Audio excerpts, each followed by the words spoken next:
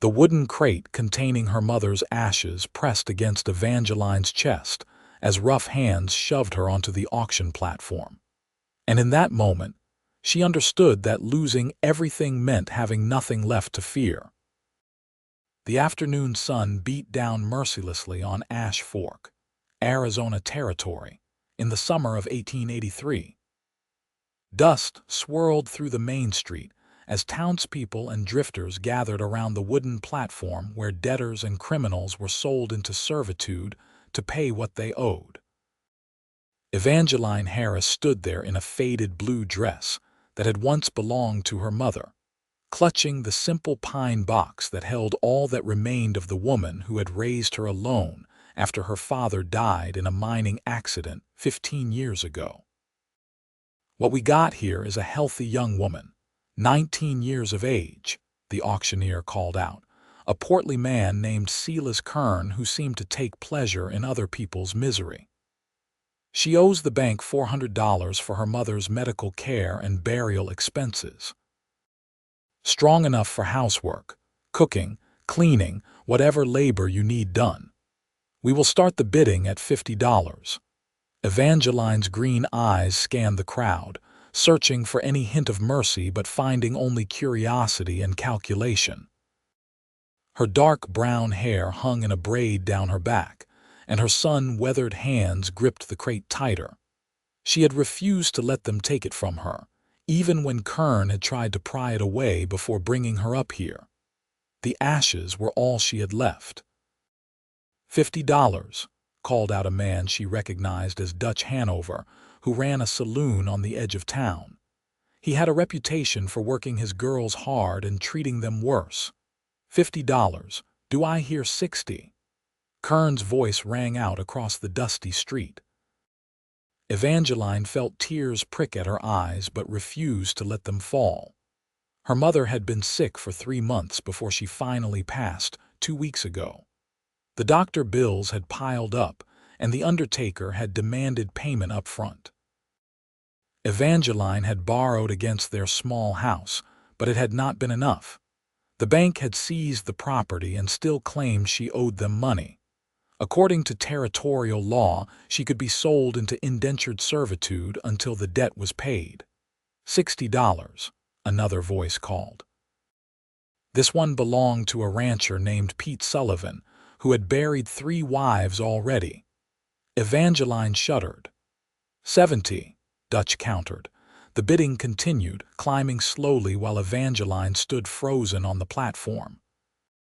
She thought about her mother's final words, spoken in a whisper as she lay dying in their small house. "Find the place where the wildflowers grow in spring, the place where your father proposed to me. Spread my ashes there with his. Promise me." Evangeline had promised, but now she did not know if she would ever be able to keep that promise. The place her mother spoke of was somewhere in the mountains north of town, a journey of at least 2 days. If she was sold to someone cruel, she might never get the chance to fulfill her mother's dying wish. $100, a new voice called out, deep and steady. The crowd turned to look at the speaker. Evangeline followed their gazes and saw a tall man standing near the back of the gathering. He wore dusty leather chaps over dark pants, a worn brown shirt, and a black hat pulled low over his face. Even from this distance, she could see he was younger than most of the other bidders, probably in his mid-20s. He had the lean, muscular build of someone who worked hard for a living. $100 from the stranger, Kern announced, his eyes lighting up at the higher bid. "Do I hear 110? Dutch Hanover scowled and shook his head, turning away. Pete Sullivan spat in the dust but said nothing more. $100 was more than most were willing to pay for labor, even out here where workers were scarce. "Going once, going twice," Kern called out. "Sold to the gentleman in the black hat for $100. Evangeline's heart pounded as the stranger made his way through the crowd toward the platform. Up close, she could see his face more clearly. He had strong, angular features weathered by sun and wind, dark blue eyes that held an intensity she could not quite read, and brown hair that curled slightly at the edges beneath his hat. He was handsome in a rugged, unpolished way. He climbed the steps to the platform and counted out bills from a worn leather wallet, handing them to Kern. The auctioneer counted the money twice, then handed the stranger a piece of paper. "This here is your contract of servitude," Kern explained. "She is bound to you for labor until the debt of $400 is paid, plus interest. At standard wages, that should take about 3 years, give or take. 3 years. The words hit Evangeline like a punch to the stomach. 3 years of her life sold to a complete stranger. The cowboy took the paper and folded it carefully, tucking it into his shirt pocket. Then he turned to look at Evangeline for the first time. His blue eyes met her green ones and something passed between them, though she could not have said what it was. "Come on down from there," he said quietly. His voice was gentler than she had expected, without the hard edge of cruelty she had heard in some men's voices. Evangeline descended the platform steps on shaky legs, still clutching the crate of ashes. The cowboy fell into step beside her as they walked away from the crowd.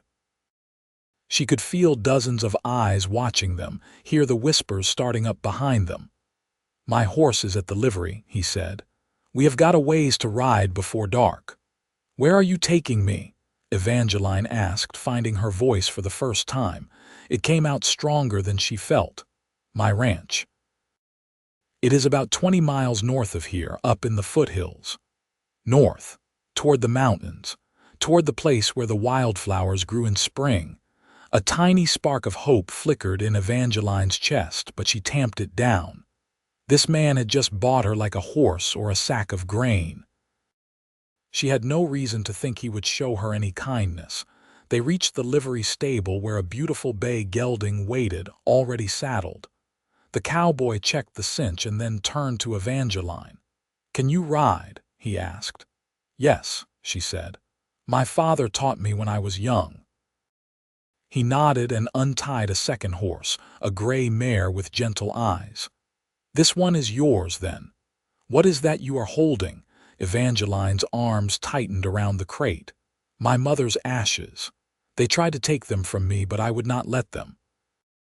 The cowboy studied her for a long moment, and something shifted in his expression. The hardness around his eyes softened slightly. "What is your name?" "Evangeline Harris." "I am Austin Quincy," he said. "And I give you my word, Miss Harris, that no one will take those ashes from you while you are under my protection." It was the kindness in his voice that nearly undid her. Evangeline felt the tears she had been holding back start to well up, but she blinked them away furiously. She would not cry in front of this stranger, no matter how gently he spoke. Austin helped her secure the crate of ashes in one of the saddlebags, wrapping it carefully in a blanket to protect it from the jostling ride. Then he cupped his hands to give her a leg up onto the mare. His touch was brief and respectful, nothing like the leering looks she had received from Dutch Hanover and Pete Sullivan. They rode out of Ash Fork heading north, and Evangeline did not look back at the town that had been her home for all 19 years of her life. There was nothing left for her there now except painful memories and debts she could never repay. The landscape changed gradually as they rode, the flat desert giving way to rolling hills dotted with juniper and pinyon pine. The air grew slightly cooler as they gained elevation, and Evangeline found herself breathing easier than she had in weeks. The constant worry and fear that had gripped her during her mother's illness and after her death had not gone away, but out here in the open spaces, it felt less suffocating. Austin rode slightly ahead, not pushing the horses hard but maintaining a steady pace. He did not try to make conversation, and Evangeline was grateful for that. She did not know what she would say to him anyway.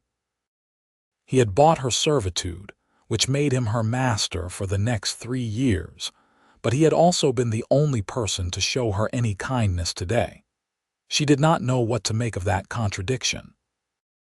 As the sun began to sink toward the western horizon, painting the sky in shades of orange and pink, Austin led them off the main trail toward a cluster of cottonwood trees. A small creek ran through the area, providing water for the horses. "We will camp here tonight," Austin said, dismounting. "It is still another half-day's ride to the ranch." Evangeline slid down from the mare, her legs stiff from the ride. She had not ridden in months, not since before her mother took ill. Austin began unsaddling the horses while she stood uncertainly, not knowing what was expected of her. "There is food in my saddlebags," Austin said without looking at her. "If you could get a fire started and put some coffee on, I would appreciate it." The request was phrased politely, not as an order, and Evangeline found herself moving to obey. She gathered dry wood from beneath the cottonwoods and used matches from Austin's supplies to start a fire. The familiar task calmed her nerves somewhat. She had done this countless times on hunting trips with her father when she was young, before the accident that had taken him from them. While the coffee heated in a battered tin pot, Austin tended to the horses, brushing them down and checking their hooves. Evangeline watched him work, noting the care he took with the animals. A man who was gentle with horses, her father had always said, was likely to be gentle with people too. She hoped that was true. They ate a simple meal of hardtack, dried beef, and canned peaches. The food was plain but filling, and Evangeline realized she had barely eaten in the past few days. The coffee was strong and bitter, but it helped wash down the dry food. "You should sleep," Austin said when they had finished eating. "I will take first watch." "Watch for what?" Evangeline asked, glancing around at the darkening landscape. "Bandits sometimes. Wild animals. It is best to be cautious." He pulled a bedroll from his pack and handed it to her. "You can sleep by the fire. I will be right over there." He pointed to a spot about 20 feet away, near where the horses were tied. Evangeline understood the message. He was giving her space, not forcing his presence on her. The realization brought a mixture of relief and confusion. What kind of man bought a woman at auction and then treated her with such consideration? She spread the bedroll near the fire and lay down, fully clothed except for her worn boots. The ground was hard beneath her, and the night sounds of the desert seemed loud in her ears. Coyotes called in the distance and something rustled in the brush nearby. Despite her exhaustion, sleep was a long time coming. When it finally did come, Evangeline dreamed of her mother. They were in the small house again, before the sickness, and her mother was humming while she kneaded bread dough. The dream was so vivid that Evangeline could smell the yeast and feel the warmth of the kitchen stove.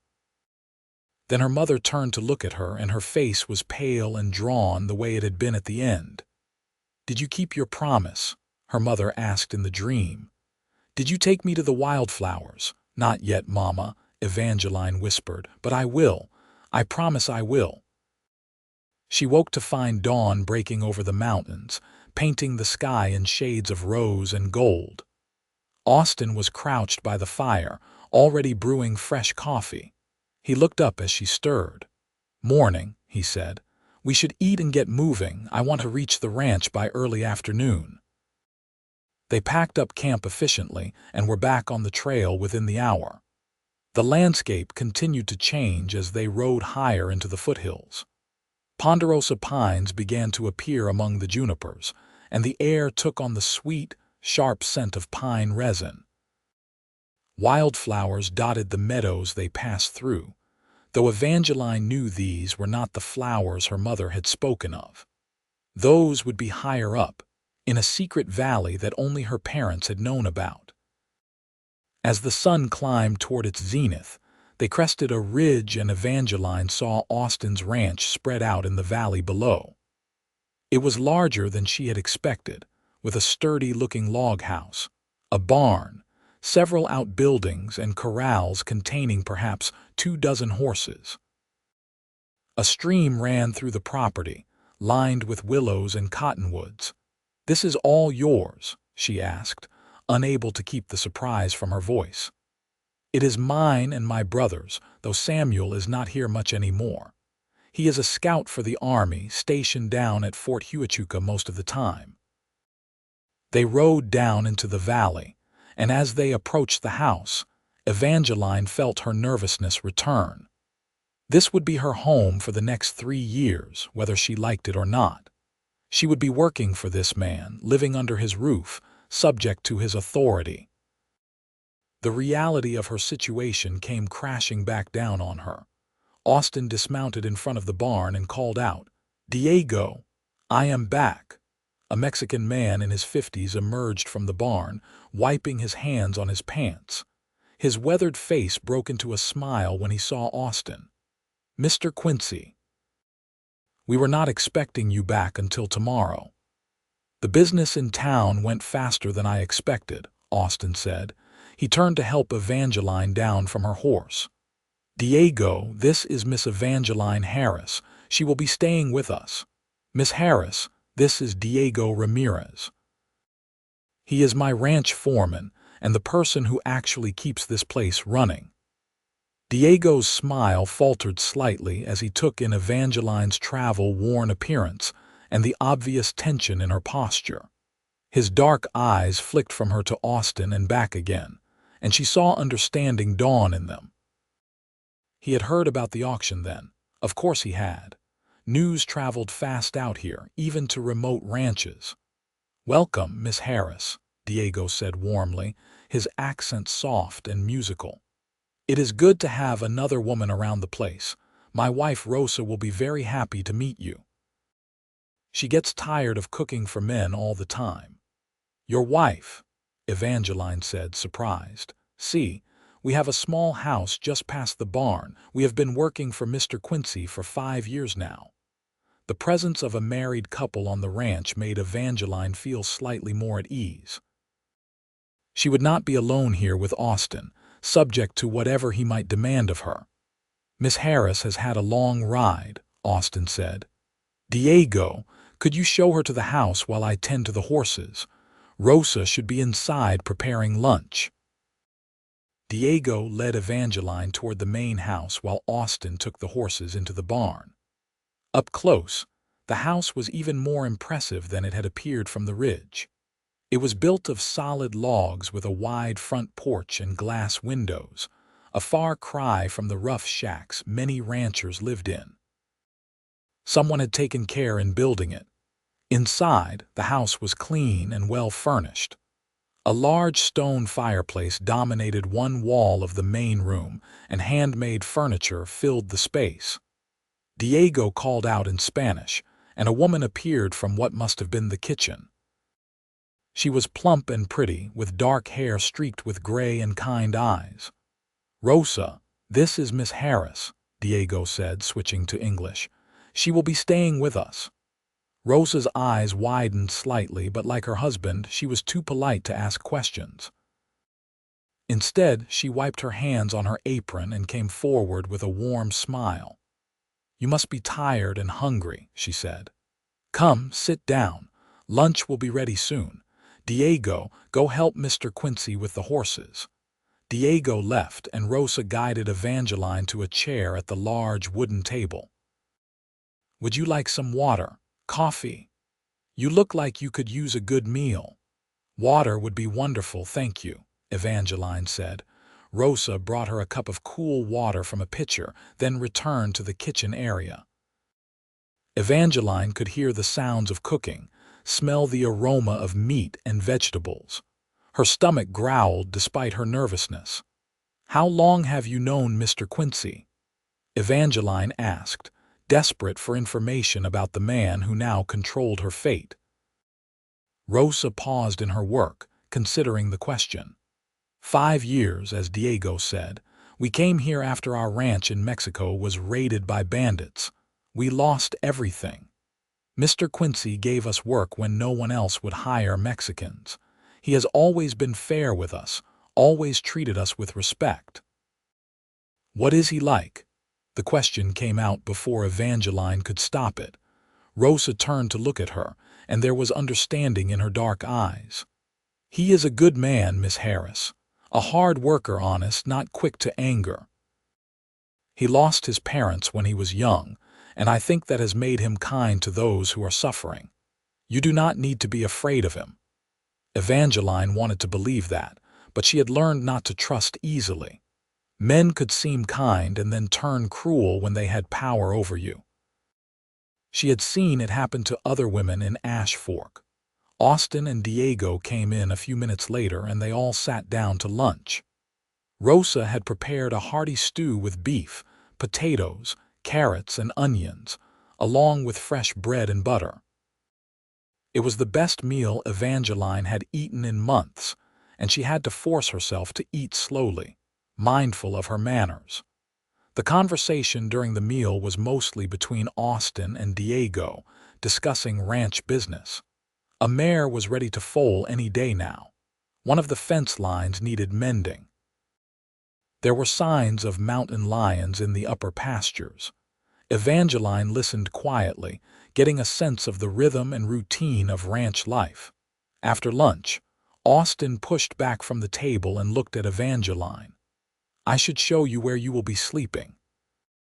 Rosa has been keeping the spare room ready for when my brother visits, but you can use it now." He led her down a short hallway off the main room. There were 3 doors, one that presumably led to Austin's room, one to a small washroom, and one to the spare bedroom. Austin opened the 3rd door to reveal a simple but comfortable space. There was a bed with a quilt, a dresser, a washstand with a basin and pitcher, and a window that looked out over the valley. "It is not fancy, but it is clean and private," Austin said. "Rosa can help you if you need anything." "Thank you," Evangeline said quietly. "Where are my mother's ashes?" "Still in my saddlebag. I will bring them to you right now." He left and returned a moment later with the carefully wrapped crate. He placed it gently on the dresser, handling it with the same care Evangeline would have used herself. "Mr. Quincy," she said, the words tumbling out before she could second-guess herself. "My mother's dying wish was to have her ashes spread in a specific place in the mountains with my father's ashes. I promised her I would do it. Is there any chance, any at all, that you might let me fulfill that promise?" Austin was quiet for a long moment, his blue eyes searching her face. "Where is this place?" "I am not entirely sure," Evangeline admitted. "My mother told me about it, but I have never been there myself. It is somewhere north of here, a hidden valley where wildflowers bloom in the spring. My father proposed to her there, and his ashes are buried in that spot." She wanted to rest beside him. "The Wildflower Valley," Austin said softly, and Evangeline's heart leaped. "You know it." "I think I do. There is a place about 2 days' ride from here, up in the high country. Every spring it fills with Indian paintbrush, lupines, columbines, every kind of wildflower you can imagine. I have only been there once when I was scouting for new grazing land. It is hidden, hard to find if you do not know the way." "That has to be it," Evangeline said, feeling tears well up again. "Please, I know I have no right to ask anything of you, but please could you take me there? I need to keep my promise to her." Austin studied her for another long moment. "The spring flowers are long gone by now. It is summer. The valley will not look like your mother described." "I do not care about that," Evangeline said. "I just need to get there. I need to lay her to rest the way she wanted." "We will go," Austin said, and the simple certainty in his voice made Evangeline's breath catch. "We will leave in 2 days. That will give me time to arrange things here with Diego, and it will give you time to rest and prepare for the journey. It is rough country up there." "We," Evangeline said. "You are going to take me yourself?" "Yes. I know the way." And I gave you my word that no one would take those ashes from you. That means I need to make sure you can fulfill your mother's wishes." Evangeline felt something crack inside her chest, some hard shell she had built around her heart to protect herself from more pain. This man, this stranger who had bought her at auction, was going to help her keep the most important promise she had ever made. She did not understand why he would do such a thing, but in that moment, she felt a rush of gratitude so intense it was almost painful. "Thank you," she whispered, and this time she did not try to stop the tears. Austin looked uncomfortable with her emotion. He shifted his weight from one foot to the other, then cleared his throat. "You should rest. The next 2 days will be busy preparing for the trip." He left, closing the door softly behind him. Evangeline sank onto the bed and finally allowed herself to cry properly, great shaking sobs that had been building inside her for weeks. She cried for her mother, for her father, for the life she had lost, for the fear and uncertainty of her future. She cried until she had no tears left, and then she lay on the bed and fell into an exhausted sleep. When she woke, the light outside her window had the golden quality of late afternoon. She could hear voices from the main room, the clatter of dishes being prepared for dinner. Evangeline washed her face in the basin and tried to make herself presentable, smoothing her hair and dress as best she could. She emerged from the bedroom to find Rosa setting the table while Austin and Diego talked by the fireplace. All three looked up when she appeared, feeling better. Rosa asked kindly. "Yes, thank you," Evangeline said. "Is there anything I can do to help?" "You can help me with the cooking tomorrow," Rosa said. "Tonight you are still a guest. Come, sit down and eat." Dinner was another excellent meal, this time roasted chicken with potatoes and green beans from Rosa's garden. The conversation flowed more easily than at lunch, with Rosa asking Evangeline gentle questions about her life in Ash Fork. Evangeline found herself talking about her mother's sewing business, about how they had scraped by after her father's death, about the small joys they had found in their modest life. Austin listened more than he talked, but Evangeline noticed that his eyes never left her for long. She could not read his expression. He seemed interested but also reserved, as if he was holding himself back deliberately. After dinner, Diego and Rosa excused themselves to return to their own home. Evangeline helped clear the dishes, and then she and Austin were alone in the house. The reality of the situation suddenly struck her. She was alone with a man she barely knew in his home, with no one to protect her if he decided to demand things from her. "Miss Harris," Austin said, and something in his tone made her tense. "I think we should talk about your situation here." "All right," she said, folding her hands in front of her to keep them from shaking. Austin pulled the folded paper from his shirt pocket, the contract of servitude that Kern had given him. He walked to the fireplace and without hesitation tossed it into the flames. Evangeline gasped. "What are you doing, burning it?" Austin said simply, watching the paper curl and blacken. "I do not believe in owning people. I never did. I only bought your contract to keep you from being sold to someone who would mistreat you." "But the money," Evangeline said. "You paid $100. The debt is still $400. How will it be repaid if not through my labor?" "It will not be repaid," Austin said. "Or rather, I will handle it. I have money saved. I will go back to Ash Fork in a few weeks and settle your debt with the bank. You do not owe me anything." Evangeline stared at him in disbelief. "Why would you do that? You do not even know me."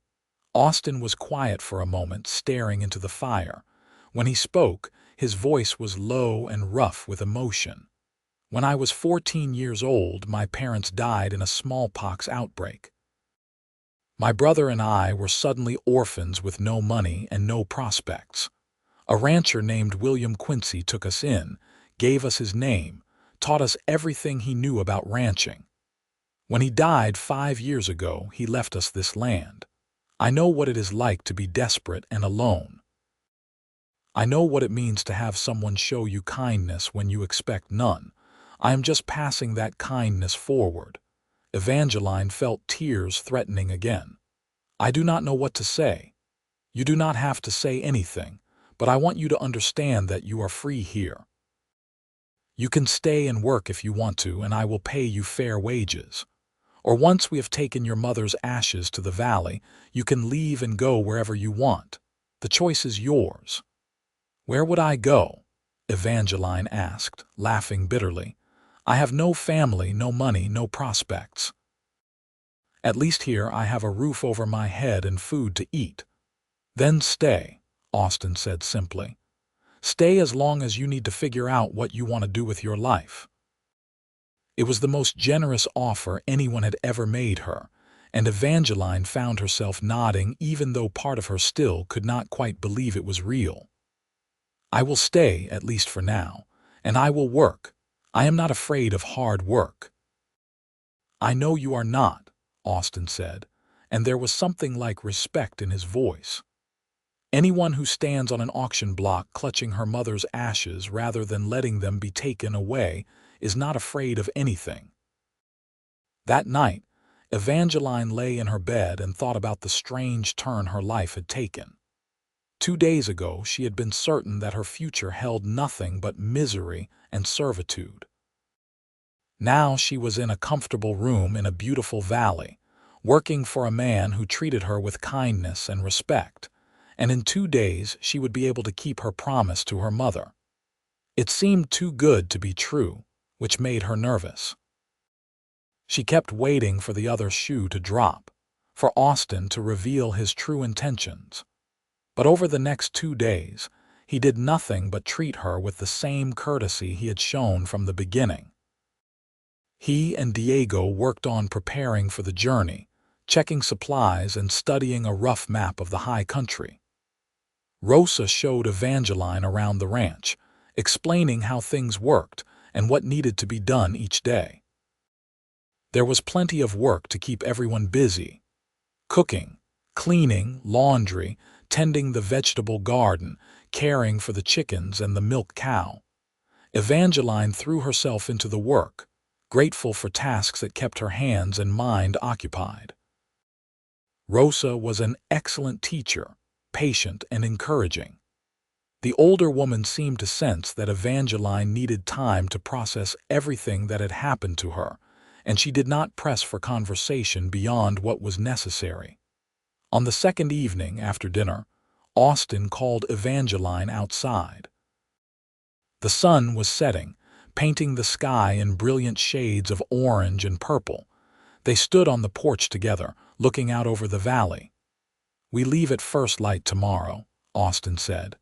"The journey will take 2 full days there and 2 days back. We will need to pack light and move fast to make that timeline." "I am ready," Evangeline said. "Have you done much camping? It will be rough sleeping on the ground, eating trail food." "I have done it before with my father. I can handle it." Austin nodded, seeming satisfied. "Good. Rosa has packed food for us, and I have loaded the pack horse with supplies. We will each ride a horse and lead the pack horse between us." "Mr. Quincy," Evangeline said hesitantly, "why are you doing all this? The burning of the contract I understand after what you told me about your parents. But this journey, taking time away from your ranch, spending your resources, all to help me bury my mother's ashes. You do not owe me that." Austin was quiet for a long moment, his eyes on the darkening mountains. "Maybe I am doing it for selfish reasons," he said finally.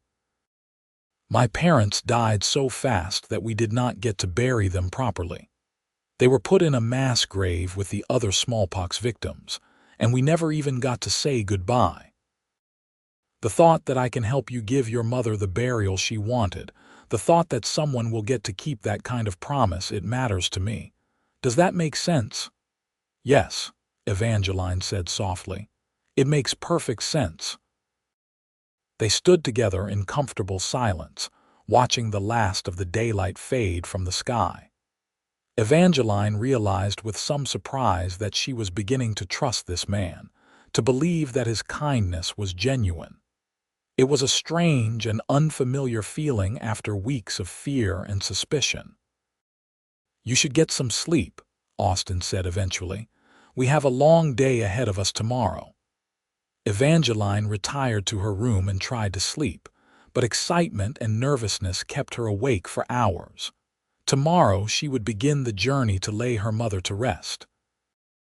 Tomorrow she would start to fulfill the promise that had weighed on her heart since the moment her mother died. When sleep finally came, it was deep and dreamless. She woke before dawn to the sound of movement in the house. By the time she had dressed and emerged from her room, Austin already had the horses saddled and the pack horse loaded. Rosa had breakfast waiting: eggs, bacon, biscuits, and strong coffee. "You take care of each other up there," Rosa said as they prepared to leave. She hugged Evangeline tightly. "And you come back safe, you hear me? Both of you." "We will," Austin promised. They rode out as the sun was just beginning to peek over the eastern horizon, painting the valley in shades of pink and gold.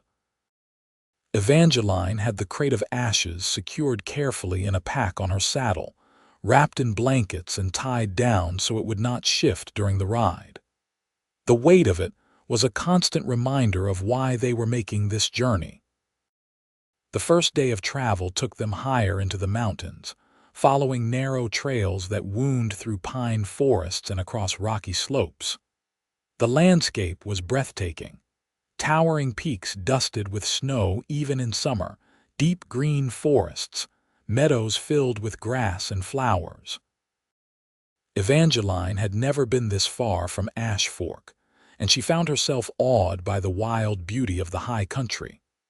Austin proved to be an excellent guide, leading them confidently through terrain that would have been impossible for her to navigate alone.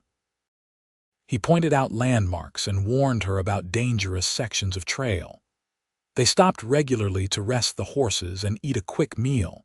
As they rode, Austin told her more about the ranch and his life there. He and his brother Samuel had worked for William Quincy for 3 years before the old rancher died. The land had been struggling then, poorly managed and run down, but the brothers had worked hard to build it into something successful. They raised horses primarily, breeding and training them for sale to the army and to wealthy buyers back east. It was good money when the horses were quality animals, which Austin made sure they were. "Samuel was always better with people than I am," Austin said as they navigated a particularly narrow section of trail. "He is the one who makes the deals, who knows how to talk to buyers. I am better with the horses and the land." "We made a good team until the army recruited him as a scout 3 years ago. Do you miss having him around?" Evangeline asked. "Every day. But he is good at what he does, and it is important work, keeping the peace between the settlers and the tribes. He comes home when he can." Evangeline found herself relaxing as they rode, the rhythm of the journey and the beauty of the landscape easing some of the tension she had been carrying. Austin was easy to talk to once he got going, and she found herself telling him more about her own life. She talked about her father, who had been a miner with dreams of striking it rich, but who had died in a cave-in when she was only 4 years old. She talked about her mother, who had been a skilled seamstress and had supported them with her work until illness robbed her of her strength. "She never complained," Evangeline said, her voice thick with emotion. "Even when things were hard, even when we barely had enough to eat, she always found something to be grateful for. She taught me to appreciate the small joys in life: a beautiful sunset, a good cup of coffee, the smell of rain in the desert." "She sounds like she was a remarkable woman," Austin said. "She was. And she deserved better than to die slowly from consumption, coughing up blood in a tiny shack while I watched helplessly." Austin reached across the space between their horses and briefly touched her arm. It was a simple gesture of comfort, but it meant more to Evangeline than she could express. They camped that night beside a small alpine lake, the water so clear that Evangeline could see fish swimming in the depths. Austin set up camp with practiced efficiency while Evangeline gathered firewood and prepared their evening meal. They ate beans and bacon with hardtack, not fancy but filling after a long day in the saddle. As darkness fell and stars began to appear overhead, more stars than Evangeline had ever seen in her life, she sat by the fire and thought about her mother. Tomorrow they would reach the valley. Tomorrow she would be able to keep her promise. The thought filled her with a mixture of sadness and relief. "Are you all right?" Austin asked from across the fire. "Yes, no, I do not know," Evangeline said honestly. "I am grateful to be here, grateful for what you are doing for me. But I also feel like once I spread her ashes, once I let her go, it will make her death real in a way it has not been yet." "Does that make sense?" "It does," Austin said quietly. "When William Quincy died, my brother and I had to go through all his belongings, divide up what little he had. That was when it hit me that he was really gone, that I would never hear his voice again or get his advice on how to handle a difficult horse. The finality of death is a hard thing to accept." "How do you bear it?" Evangeline asked. "How do you keep going when everyone you love is gone?" "You find new people to care about," Austin said, his blue eyes steady on hers across the firelight. "You build a new life, not to replace what you lost, but to honor it. William used to say that the best way to thank someone for their sacrifice is to live a good life with the gifts they gave you. Your mother gave you life and raised you to be strong and capable. Living well, finding happiness again, that is how you honor her memory." Evangeline felt tears spill down her cheeks, but they were not the bitter tears she had cried before. These were softer, tinged with hope as well as grief. "Thank you," she said, "for everything. For buying my contract, for bringing me here, for understanding." "You are welcome," Austin said simply. They sat in comfortable silence for a while longer, watching the fire burn down to embers. Eventually, Austin stood and checked on the horses, then came back to the fire. "You should sleep," he said. "Tomorrow will be the hardest day of riding. The trail into the valley is steep and narrow." Evangeline bedded down in her blankets, and despite the hard ground and the strangeness of sleeping in the open, she fell asleep quickly. Her dreams were full of wildflowers and her mother's smile. The next morning dawned clear and cold. They ate a quick breakfast of coffee and leftover biscuits, then packed up camp and continued their journey. True to Austin's word, the trail became more difficult as they climbed higher. There were places where they had to dismount and lead the horses carefully around dangerous drops or over loose rock. Evangeline's legs ached from the exertion, and her hands were scraped and sore from gripping the reins and steadying herself on the steep terrain. But as the sun reached its zenith, they crested a final ridge and Austin said, "There, that is the valley." Evangeline looked down and caught her breath. The valley below was indeed hidden, surrounded on all sides by steep cliffs and accessible only by the narrow trail they had followed. Even without the spring flowers her mother had described, it was beautiful. A small stream ran through the center, and the grass was thick and green. Tall pines ringed the meadow, and the mountains rose dramatically on all sides. "This is it," Evangeline whispered. "This has to be the place." They carefully made their way down into the valley, and Evangeline felt a sense of peace settle over her. This was a good place, a sacred place in its own way. She could see why her father had chosen it to propose, why her mother had wanted to rest here. Austin helped her down from her horse and then began unloading supplies. "Do you know where in the valley your father's ashes are buried?" My mother said it was by the stream, beneath a lightning-struck pine, Evangeline said, scanning the area. Do you see anything like that? They walked along the stream together, searching, and about halfway through the meadow Evangeline spotted it. A tall pine with a distinctive pattern of scarring down one side where lightning had struck it years ago. At its base, nearly hidden by tall grass, was a small pile of rocks arranged in a careful cairn. There, she breathed, her heart pounding. That is where my father is. She knelt beside the cairn, brushing away grass and debris. Her hands shook as she placed them on the rocks. "Papa," she whispered, "I have brought Mama home to you." Austin knelt beside her. "What do you need me to do?" "Help me clear a space beside the cairn," Evangeline said. "I want to bury her ashes next to his the way she wanted." Together they moved rocks and cleared the ground. Austin produced a small folding shovel from his pack and dug a shallow hole beside the cairn. When it was ready, Evangeline carefully retrieved the crate from her saddlebag. Her hands trembled as she opened it. Inside was a simple clay urn containing her mother's ashes. For a long moment she just held it, feeling the weight of it, thinking about everything her mother had been: strong, kind, patient, loving. "Goodbye, Mama," she said, her voice breaking. "Rest well with Papa. I love you. I will always love you." She poured the ashes carefully into the hole they had dug. Some of them caught the wind and drifted across the meadow, and Evangeline imagined her mother's spirit joining the land, becoming part of this beautiful place. When the urn was empty, she and Austin filled in the hole with earth and then built a second small cairn beside the first. Evangeline sat back on her heels, tears streaming down her face. Austin reached out and took her hand, squeezing it gently. They sat there together in silence for a long time, the afternoon sun warm on their faces, the sound of the stream murmuring beside them. "I kept my promise," Evangeline said finally. "She is home. They are together." "You did well," Austin said. "She would be proud of you."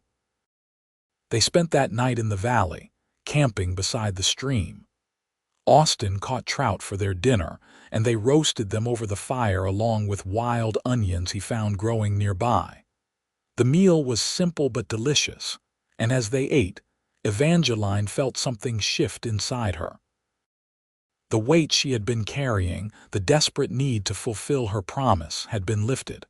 The grief was still there, would probably always be there in some form, but it felt bearable now. "Tell me about the ranch," she said as they sat by the fire after dinner. "What is it like day to day?" Austin smiled, the firelight softening his weathered features.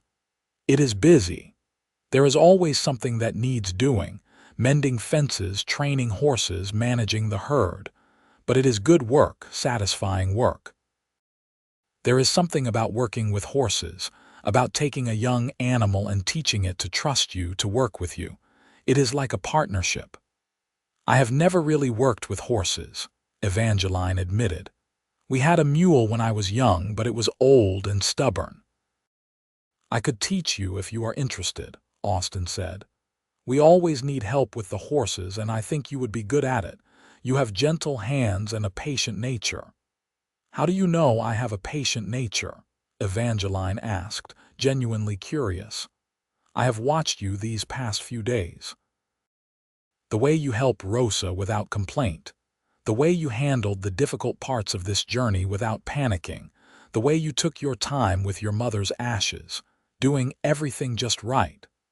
Those are the marks of someone with patience and care." Evangeline felt warmth spread through her chest that had nothing to do with the fire. She had spent so long feeling worthless, feeling like a burden, that Austin's casual compliments caught her off guard. "Thank you. I would like to learn about the horses." They talked late into the night, sharing stories and dreams. Austin told her about his hopes for the ranch, his plans to expand the breeding program and maybe someday raise cattle as well. Evangeline found herself talking about things she had not thought about in years. Her childhood dreams of becoming a teacher, her love of reading, her wish to travel and see more of the world than just Ash Fork and its surroundings. "Why did you never become a teacher?" Austin asked. "No money for training and no school that would hire a woman without proper credentials," Evangeline said. "And then my mother got sick, and all my dreams seemed foolish compared to the reality of just trying to survive." "They were not foolish," Austin said firmly. "Dreams are what keep us going when times are hard. Maybe someday you will get another chance at teaching." "Maybe," Evangeline said, though she could not quite believe it. She fell asleep that night feeling more at peace than she had in months. In the morning, they packed up camp and began the journey back to the ranch. The ride back always seemed faster than the ride out, and by the evening of the second day, they were approaching the familiar valley where the ranch lay. Diego and Rosa came out to greet them, relief evident on their faces. "We were starting to worry," Rosa said, hugging Evangeline. "The mountain storms can come up so fast this time of year." "We were careful," Austin assured them, "and we accomplished what we set out to do." That night after dinner, Evangeline found herself alone with Austin on the porch again.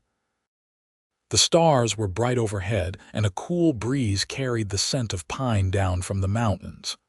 "What happens now?" Evangeline asked. "I mean, for me. You said I could stay and work, but what exactly would that look like?" "You would help Rosa with the household chores, and I would teach you to work with the horses," Austin said. "In exchange, you would get room and board plus fair wages. In time, if you prove good with the horses, I would pay you more. Eventually, you would have enough saved to decide what you want to do. Stay here, go back to Ash Fork, head to a bigger city, whatever feels right." "And if I wanted to stay permanently?" The question came out before Evangeline could stop it, surprising even herself. Austin turned to look at her, his blue eyes unreadable in the darkness. "Then you would be welcome. This ranch could use someone like you." There was something in his tone, something that made Evangeline's heart beat faster. But before she could analyze it, Austin stood up. "It is late. We should both get some sleep." Over the following weeks, Evangeline settled into the rhythm of ranch life. She worked with Rosa in the mornings, learning to manage the household with greater efficiency. In the afternoons, Austin taught her about horses. He started her with the gentlest animals, teaching her how to approach them, how to read their body language, how to earn their trust. "A horse can sense fear," Austin told her one afternoon as she nervously approached a young mare. "But they can also sense kindness and confidence. You have to project calm authority, let them know you are in charge but that you will not hurt them." Evangeline followed his instructions, moving slowly and speaking softly. To her amazement and delight, the mare allowed her to touch its neck, then its nose. The animal's breath was warm on her hand, and Evangeline felt a connection form, a bridge of trust between species. "You are a natural," Austin said, and the pride in his voice made Evangeline glow with pleasure. As summer gave way to autumn, Evangeline found herself falling in love with ranch life. She loved the physical labor, the way it made her body strong and tired in a good way. She loved the animals, each with its own personality and quirks. She loved the landscape, the way the mountains changed color as the seasons shifted. Most of all, she loved the sense of purpose and belonging she had found here. She also found herself increasingly aware of Austin as something more than just her employer. She noticed the way his eyes crinkled when he smiled, the strength in his hands when he worked with the horses, the gentleness in his voice when he spoke to her. She caught herself watching him when she thought he was not looking, admiring the way he moved, the way he handled every task with calm competence. One evening in late September, A storm rolled through the valley. Lightning flashed overhead and thunder shook the windows. Evangeline had always been nervous during storms, a fear that dated back to her childhood when lightning had struck a tree near their house and nearly caught the roof on fire. She was in her room trying to read by lamplight when a particularly loud crack of thunder made her jump. A moment later, there was a knock on her door. "Miss Harris," Austin's voice called. "Are you all right?" She opened the door to find him standing in the hallway, concern written on his face. "I am fine," she said, though her voice shook slightly. "Just nervous about the storm." "Would it help if we sat together in the main room?" Austin asked. "Sometimes company makes storms less frightening." Evangeline nodded gratefully, and they moved to the main room where a fire crackled in the hearth. They sat in chairs near the fireplace, not speaking much, just taking comfort in each other's presence. Every time lightning flashed or thunder boomed, Austin would look over at her to make sure she was all right. "Thank you," Evangeline said after a particularly intense burst of lightning. "For checking on me." "Of course," Austin said. "I did not want you to be scared alone." "I feel safe with you," Evangeline said, and then immediately felt her cheeks flush. The admission had come out without her conscious intention, but it was true. Austin's expression softened. "That means a lot to me. I have hoped that you would come to feel comfortable here, that you would not spend your time afraid or waiting for something bad to happen." "I did at first," Evangeline admitted. "I kept waiting for you to demand something from me, to show your true colors. But you never did. You have been nothing but kind and respectful. I do not think I have ever met a man like you before." "I am nothing special," Austin said, looking uncomfortable with the praise. "Yes, you are," Evangeline insisted. "You saved me from a terrible fate, helped me fulfill my mother's dying wish, gave me a home and meaningful work, and treated me like I matter. That is special, whether you want to admit it or not." The storm continued to rage outside, but inside the warmth of the house, Evangeline felt something shift between them. The air seemed charged with more than just electricity from the storm. Austin was looking at her with an intensity she had not seen before, and she found she could not look away. "Evangeline," he said, using her first name for the first time. "I need to tell you something, and I hope it will not make you uncomfortable. If it does, we can go back to the way things were and pretend this conversation never happened." "What is it?" Evangeline asked, her heart pounding. "I care about you," Austin said simply. "More than an employer should care about an employee, more than is probably wise given our circumstances, but I cannot seem to help it. You are strong and kind and beautiful, and every day I find myself wanting to spend more time with you, wanting to know your thoughts and hear your laugh. I am not asking you to feel the same way. I know I am just a rough cowboy who does not have much to offer a woman like you. But I needed you to know the truth." Evangeline felt tears spring to her eyes, but they were tears of joy rather than sorrow. "Austin," she said softly, "you are not just anything, and you have more to offer than you realize. These past months living here, working beside you, I have been happier than I have been in years. At first I thought it was just relief at not having to struggle anymore, or gratitude for what you had done for me. But it is more than that. I look forward to seeing you every morning. I love the way you teach me, so patient and encouraging. I love watching you with the horses, seeing the care you take with every creature on this ranch. I think I have been falling in love with you, and I have been too afraid to admit it even to myself." Austin stood up, and for a moment Evangeline thought he was going to leave. But instead he crossed to her chair and knelt beside it, taking her hands in his. "You are not afraid now." "I am terrified," Evangeline admitted, "but I am also sure. I love you, Austin Quincy." "I love you too," Austin said, and then he leaned in and kissed her. It was a gentle kiss, tentative and sweet, their first kiss and therefore precious. Evangeline felt warmth flood through her entire body, felt something click into place in her heart. This was right. This was real. This was the beginning of something beautiful. When they finally pulled apart, both of them were smiling. Outside, the storm was beginning to fade, the thunder growing more distant. Inside, a different kind of storm had passed, leaving clarity and joy in its wake. "I want to do this right," Austin said, still holding her hands. "I want to court you properly, to give you time to be sure of your feelings. I do not want you to feel obligated because of everything that has happened between us." "I do not feel obligated," Evangeline assured him. "I feel lucky. But I appreciate that you want to take things slow. We have time." They talked late into the night, making plans and dreams together. Austin told her more about his hopes for the ranch, and this time his plans included her, not just as a worker but as a partner. Evangeline shared her own dreams, and was surprised to find that many of them now centered around this place, these people, this man. The courtship that followed was sweet and gentle. Austin was attentive and romantic in his own quiet way.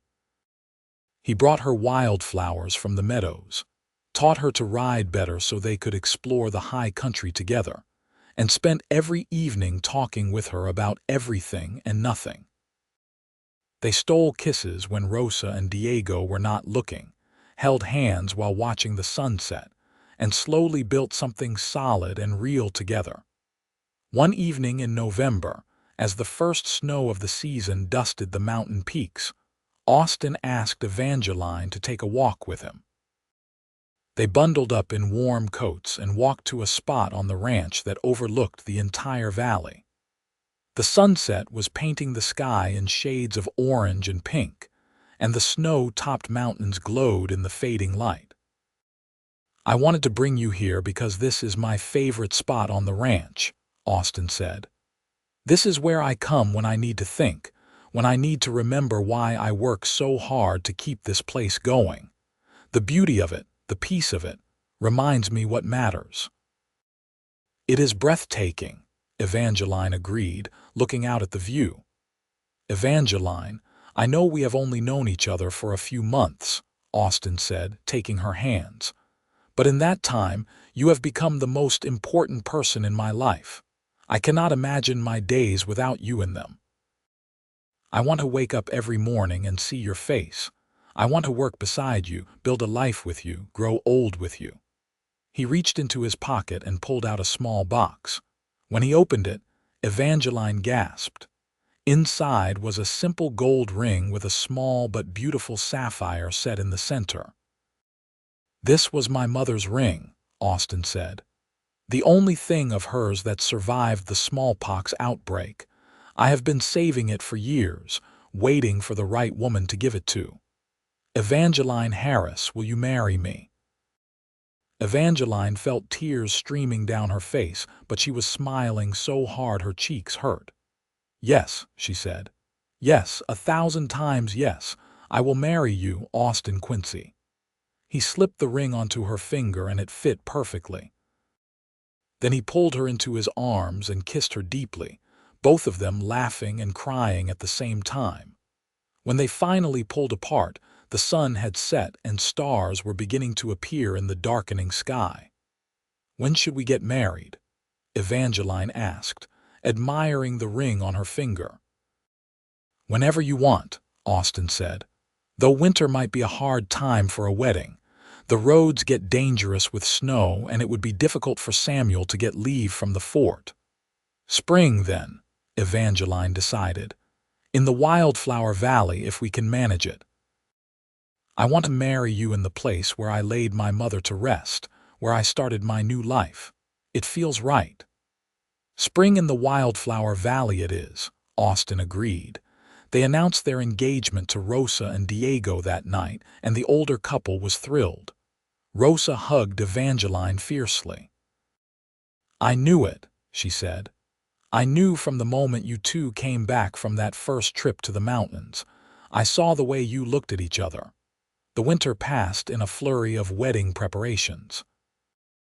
Evangeline sewed her own wedding dress with Rosa's help, using fabric that Austin had bought for her in town. It was simple but beautiful, made of cream-colored linen with delicate embroidery at the neckline and sleeves. Rosa taught her to make lace for the veil, and Evangeline spent long winter evenings by the fire working on it while Austin carved a beautiful wooden box to hold her mother's wedding ring, which Evangeline planned to wear alongside the sapphire Austin had given her. Austin's brother Samuel arrived in early March, getting leave from the fort to attend the wedding. He was tall like Austin but more outgoing, with an easy laugh and a gift for storytelling. He and Evangeline took to each other immediately, and she could see why Austin had missed his brother's presence on the ranch. "You are good for him," Samuel told Evangeline one evening when Austin was outside checking on a mare about to foal. "I have never seen him so happy. He has always been the serious one, carrying the weight of the world on his shoulders. But with you, he smiles more, he laughs. You have given him something I could never give him, a real home, a real family." "He has given me the same thing," Evangeline said. "I was so lost when he found me.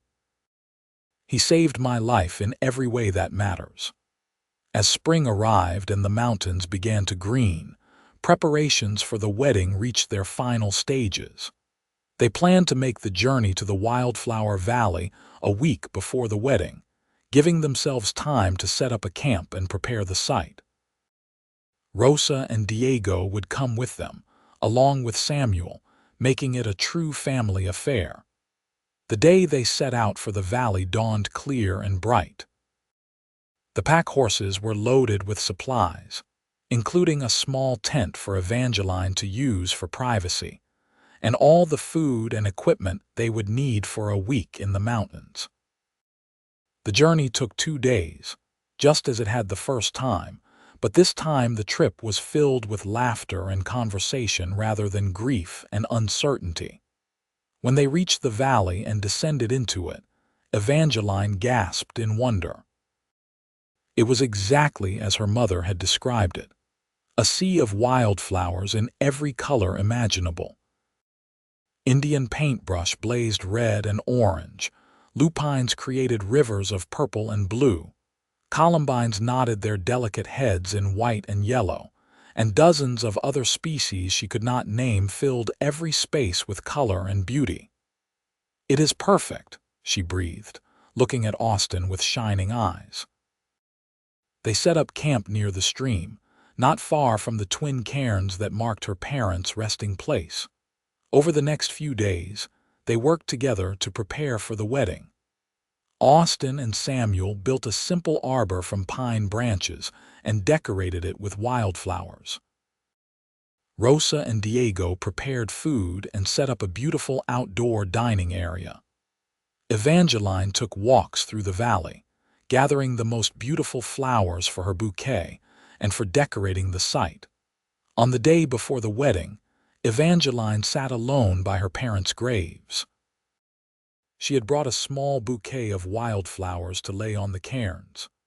"Mama, Papa," she said softly, "I wish you could be here tomorrow. I wish you could meet Austin and see how happy he makes me. But I think somehow you know. I think maybe you had a hand in bringing us together. Mama, you told me to bring you to the wildflowers, and in doing that, I found the man I am going to spend my life with. Thank you for that gift. I will try to live a life that would make you both proud." The wedding day dawned clear and perfect, with a gentle breeze carrying the scent of wildflowers across the valley. Evangeline dressed in her wedding gown with Rosa's help, feeling like she was in a dream. The dress fit perfectly, and the lace veil Rosa had taught her to make was more beautiful than she had imagined it could be. When she emerged from her tent, she saw that Austin and Samuel had put on their best clothes.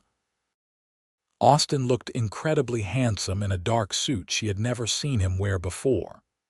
His eyes widened when he saw her, and she could see emotion shining in them, Since there was no preacher available, Samuel, as a representative of the United States Army, had the authority to perform the ceremony.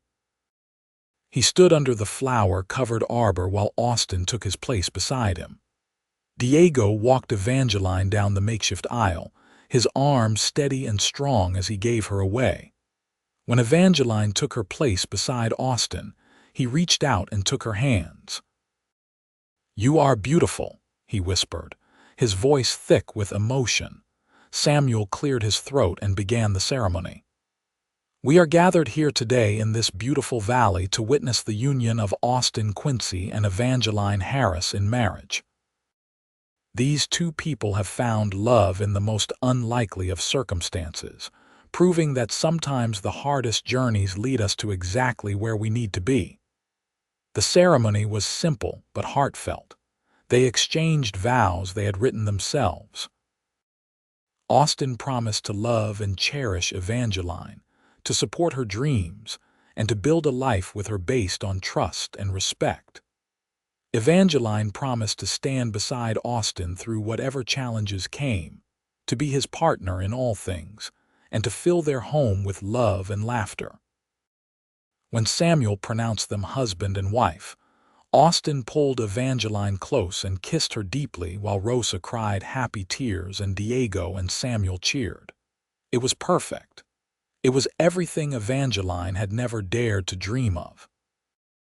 They celebrated with a feast that Rosa had prepared: roasted venison, wild rice, vegetables, and a cake that Rosa had somehow managed to bake in a Dutch oven over the campfire. As the sun set and stars began to appear overhead, they sat around the fire telling stories and laughing. It was one of the happiest nights of Evangeline's life.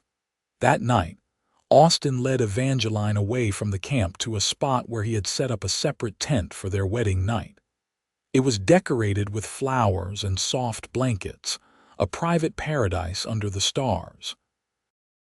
They made love for the first time with gentleness and passion, discovering each other slowly, building something beautiful together. They spent 2 more days in the valley, enjoying their time as newlyweds before heading back to the ranch. The return journey was filled with a different kind of joy than the trip up had been. They were going home now together, as husband and wife. Life at the ranch settled into a new rhythm. Evangeline was no longer just a worker or even just Austin's girlfriend.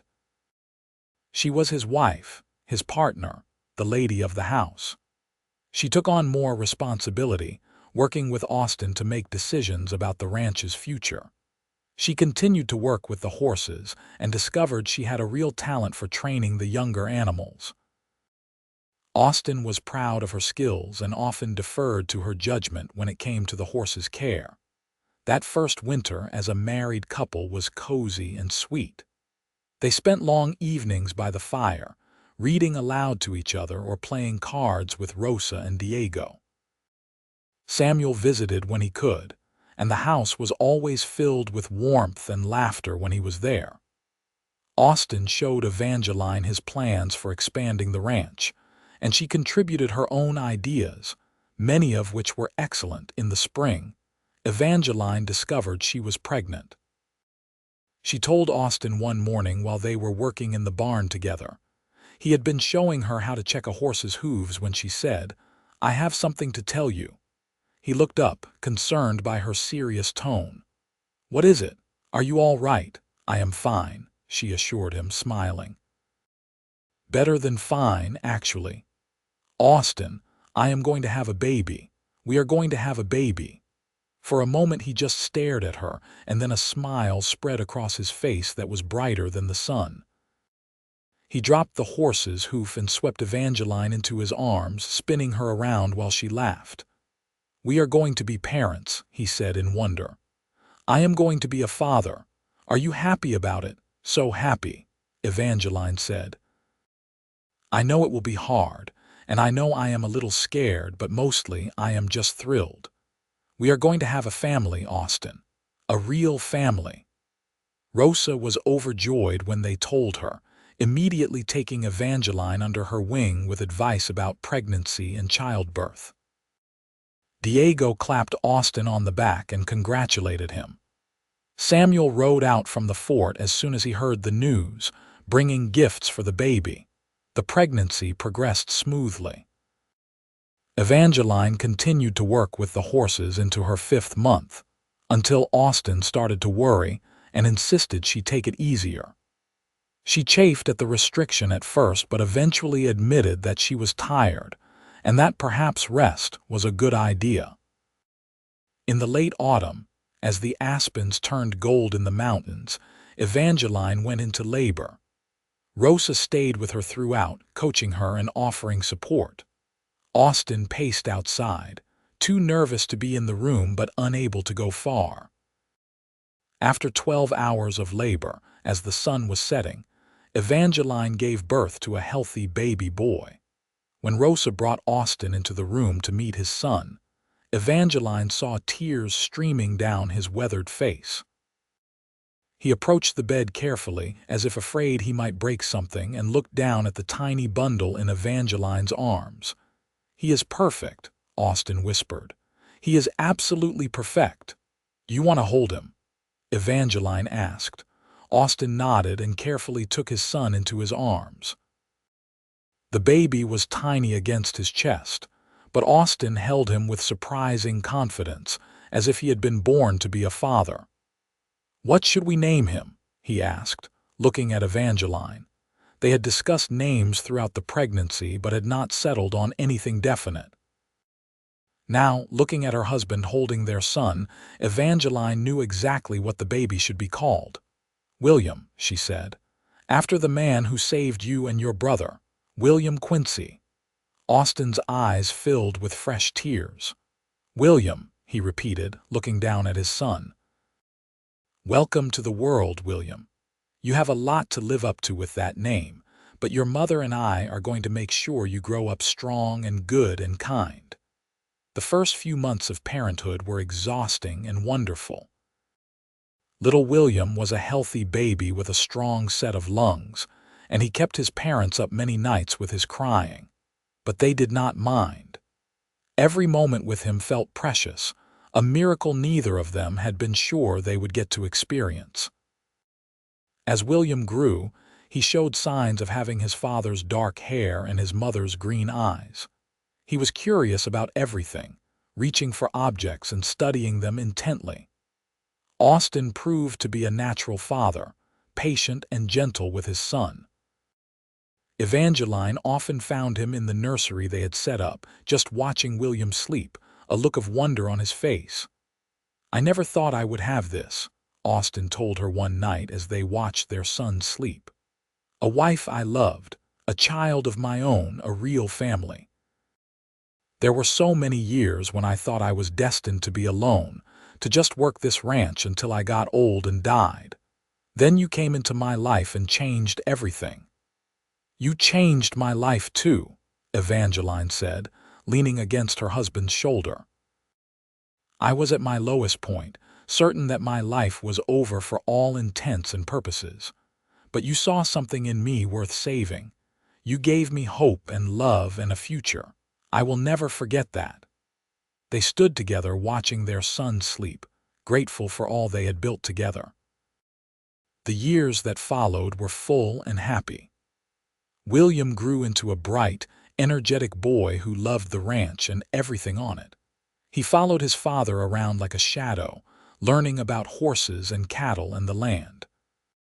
Evangeline taught him to read and do arithmetic, determined that her son would have the education she had never been able to afford.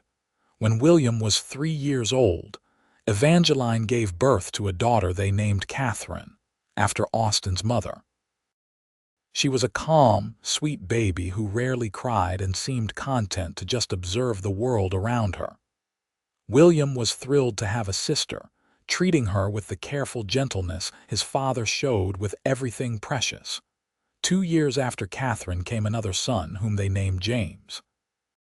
He was the wildest of the 3 children, always getting into mischief and making his parents laugh with his antics.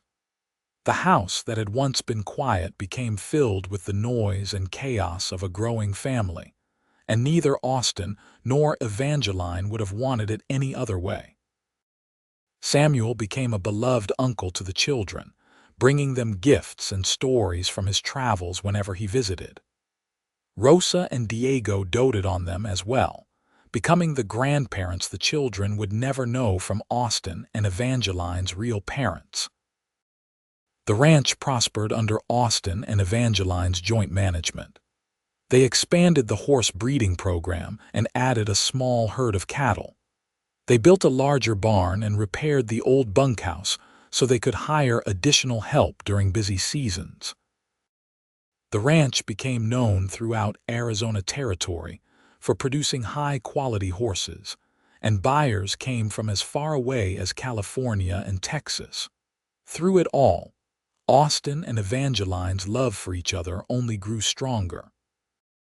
They made a point of taking time for themselves, stealing moments alone whenever they could. Once a year, they made the journey back to the Wildflower Valley, sometimes bringing the children, sometimes leaving them with Rosa and Diego so they could have time alone. They would visit the twin cairns where Evangeline's parents rested and tell them about their grandchildren, about the life that had grown from that first desperate day when Austin had bought Evangeline's freedom. On their 10th wedding anniversary, Austin surprised Evangeline with a gift, the deed to the ranch, with both their names on it. "It has always been as much yours as mine," he told her. "You have worked as hard as I have to make this place what it is. It is only right that it belongs to both of us legally." Evangeline cried as she looked at the document, seeing her name written there beside his. It was more than just a legal gesture. It was recognition of everything she had contributed, everything she was. She was not just Austin's wife or William's and Catherine's and James's mother. She was a rancher, a businesswoman, a partner in every sense of the word. As the children grew older, they each showed different talents and interests.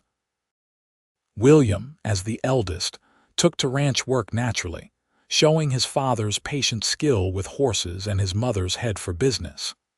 Catherine loved books and learning, devouring every book they could get their hands on and begging for more. She dreamed of becoming a teacher, and Evangeline encouraged her, determined that her daughter would have the opportunities she had been denied. James was still figuring himself out, but he showed talent as an artist, always drawing pictures of the animals and landscapes around the ranch. Time passed, as it always does, bringing changes but also continuity. Samuel finally retired from the army and came home to the ranch, building himself a small house on the property and helping with the work. He never married, claiming that he was too set in his ways, but he was happy being an uncle and helping his brother run the ranch. Rosa and Diego grew older, eventually retiring from their work but staying on the ranch in their little house. The children loved visiting them, listening to Diego's stories and eating Rosa's cooking. They were family in every way that mattered. Austin's hair began to gray at the temples, and lines appeared around his eyes and mouth, but to Evangeline, he was as handsome as the day she had first seen him bidding on her at that awful auction. Her own beauty matured as well, becoming softer and richer with age and experience. One evening, when their children were grown and starting families of their own, Austin and Evangeline sat together on the porch watching the sunset. It was a scene they had repeated thousands of times over the years, but it never got old. "You ever think about that day in Ash Fork?" Austin asked. "The auction?" "Sometimes," Evangeline admitted, "but it feels like something that happened to different people in a different lifetime. I was so scared and desperate that day. I thought my life was over." "I was scared too," Austin said, surprising her. "I had never done anything like that before, buying someone's servitude. I did not know if you would hate me for it, if I was making things worse instead of better." but I saw you standing there holding your mother's ashes, refusing to let them go, and I knew I had to do something." "I am glad you did," Evangeline said, reaching over to take his hand. "Everything good in my life came from that moment. You, our children, this ranch, this life. I would not change any of it." "Neither would I," Austin said. "You know, when I told you we would bury those ashes together, I had no idea that I was really saying we would build a life together. But that is what happened. We buried your past and built our future, all in that wildflower valley." "We will bury them together," Evangeline repeated softly. "That is what you said. And you kept that promise, just like you have kept every promise you ever made to me." They sat in comfortable silence as the sun sank below the mountains and stars began to appear. 3 generations now lived on or near the ranch. William had married and had 2 children of his own, helping Austin run the operation. Catherine had indeed become a teacher, opening a small school in Ash Fork where she taught children of all backgrounds. James had moved to Santa Fe to study art, but came home regularly, his paintings of the ranch decorating the walls of the house. The ranch that had belonged to William Quincy, then to Austin and Samuel, now belonged to Austin and Evangeline together, and would one day pass to their children and grandchildren. It was a legacy built on love and hard work, on second chances and kept promises. As they sat together watching the stars come out, Evangeline thought about her mother and father, resting together in the Wildflower Valley. She thought about how her mother's dying wish had led her to Austin, how fulfilling that promise had opened the door to everything wonderful in her life. She hoped her parents could see her now, see the family she had built, the life she had made. She hoped they knew their sacrifice had not been in vain. "I love you," she said to Austin, the words as true now as they had been on their wedding day 25 years ago. "I love you too," Austin replied, pulling her close. "Always have, always will." They remained on the porch long into the night, 2 people who had found each other against all odds, who had built something beautiful and lasting from the ashes of grief and desperation. Their love story had begun with an auction and a promise, but it had grown into something neither of them could have imagined. A true partnership, a real family, a life filled with purpose and joy. As the years continued to pass, Austin and Evangeline grew old together, their love deepening with each passing season. They watched their grandchildren grow and eventually welcomed great-grandchildren as well. The ranch remained in the family, passed down through the generations, each one adding their own contributions while honoring the foundation that Austin and Evangeline had built. Every spring, the family would make a pilgrimage to the Wildflower Valley. They would camp by the stream, tend the cairns that marked Evangeline's parents' resting place, and tell the story of how Austin and Evangeline had met, how a cowboy had saved a woman at auction and promised to help her bury her mother's ashes. The children and grandchildren never tired of hearing the story, of understanding the roots of their family tree. When Austin and Evangeline were very old, their bodies worn by years of hard work, but their minds still sharp, they made one final trip to the valley together. Their children wanted to come with them, worried about the journey, but they insisted on going alone. "We started this journey just the 2 of us," Evangeline said. "We should end it the same way." They rode slowly, taking 3 days instead of 2 to reach the valley, but they made it safely. The wildflowers were in full bloom, as beautiful as ever. They camped beside the stream and spent their days sitting by the cairns, talking about their life together, remembering all the joys and challenges they had faced. "I want to be buried here too," Evangeline said one afternoon. "When my time comes, I want to rest beside my parents in this place where our life really began." "Then I will be buried here as well," Austin said. Wherever you are is where I want to be in this life and whatever comes after." They made their way back to the ranch, and life continued. But both of them knew that their time was growing short. They had lived long, full lives, had seen their children and grandchildren thriving, had built something that would last beyond them. They were content. Austin passed first, peacefully in his sleep one winter night with Evangeline holding his hand. He was 92 years old, his body simply worn out from a lifetime of hard work. The family buried him in the Wildflower Valley as he had wished, building a third cairn beside the other two. Evangeline lived another 2 years, long enough to see the birth of her first great-great-grandchild. She spent her days on the porch of the ranch house, watching the family she and Austin had created, marveling at how far they had all come from that desperate day in Ash Fork so many decades ago. When she felt her own end approaching, she gathered her children around her.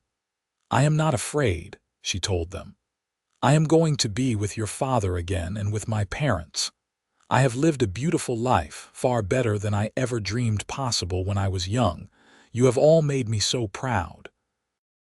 Continue to love each other, to work hard, to treat others with kindness. That is the legacy your father and I wanted to leave you." She passed quietly the next morning, and the family laid her to rest beside Austin in the Wildflower Valley. 4 cairns now marked the sacred spot. Evangeline's father, her mother, Austin, and finally Evangeline herself. All together in the place where wildflowers bloomed eternal, where love had first taken root and grown into something extraordinary. The ranch continued to prosper under the care of their descendants, generation after generation keeping alive the values that Austin and Evangeline had instilled. The story of how they met, of the promise made at an auction that had changed 2 lives forever, became family legend, told and retold to each new generation. And every spring, the family made their pilgrimage to the Wildflower Valley to tend the cairns and remember. They remembered a young woman holding her mother's ashes on an auction block. They remembered a cowboy who had seen her desperation and offered help when no one else would. They remembered a promise made and kept: "We will bury them together." They remembered how that promise had grown into a love that spanned decades, a family that numbered in the dozens, a legacy that would endure. The wildflowers bloomed year after year, beautiful and eternal, a fitting memorial to a love that had conquered grief and fear to build something lasting and true. In that hidden valley in the mountains of Arizona, 4 souls rested together in peace, their story complete, their love immortal, their promise finally and fully kept.